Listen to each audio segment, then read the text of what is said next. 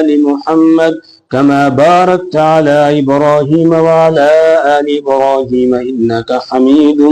مجيد۔ برادران اسلام، واجب الاحترام محترم بزرگ اور میرے ایمانی بھائیوں، آج ذوالحجہ کی 2 تاریخ ہے اور یہ وہ مہینہ ہے کہ جس مہینے میں بہت ہی اہم عبادتیں ادا کی جاتی ہیں، اور ایک روایت میں اللہ کے حبیب جناب محمد رسول اللہ صلی اللہ علیہ وسلم نے ارشاد فرمایا کہ ذی الحجہ کے جو شروع کے 10 دن ہے، ان 10 دنوں میں اللہ کو اعمال صالحہ جتنے محبوب ہوتے ہیں دوسرے دنوں میں اتنے محبوب نہیں ہوتے ہیں، یعنی نیک اعمال ان دنوں میں اللہ کو بہت زیادہ محبوب ہے۔ اس لیے ہمیں چاہیے کہ ہم یہ جو 10 دن ذی الحجہ کے ہیں تو ان کی قدر کریں اور زیادہ سے زیادہ اعمال صالحہ ادا کرنے کی ہم کوشش کریں تاکہ ہم اللہ کے محبوب بن جائیں، کیونکہ جب آدمی نیک عمل کرتا ہے اور وہ عمل اللہ کو پسند ہو تو پھر عمل کرنے والا بھی اللہ کا محبوب بن جاتا ہے، اللہ کا پسندیدہ بندہ بن جاتا ہے۔ ایک روایت میں اللہ کے رسول صلی اللہ علیہ وسلم کا فرمان ہے کہ یہ جو 10 دن ہیں ذی الحجہ کے، ان میں سے ایک دن کا روزہ 1 سال کے برابر روزہ رکھنے کے برابر ثواب رکھتا ہے، تو لہٰذا ہمیں کوشش کرنی چاہیے کہ ہم ان دنوں میں روزے بھی رکھیں۔ اسی طرح رات کو اگر کوئی آدمی عبادت کرتا ہے تو لیلۃ القدر کے برابر عبادت کرنے کا ثواب اللہ اس کو عطا کرتا ہے، لہٰذا رات کو بھی کچھ نوافل پڑھ لیں، قرآن کی تلاوت کر لیں، کچھ ذکر و اذکار کر لیں۔